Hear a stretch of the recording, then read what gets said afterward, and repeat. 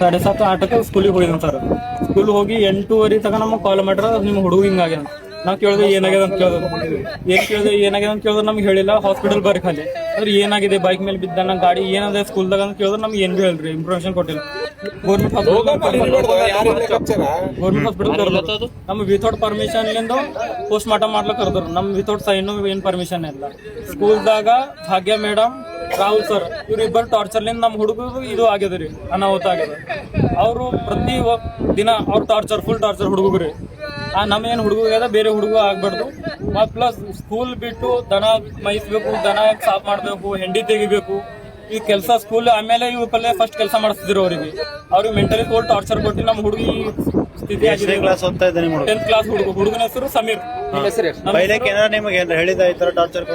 ಒಂದ್ ಇಯರ್ ಇದೇ ಪ್ರಾಬ್ಲಮ್ ನೋಡುದು ಸರ್.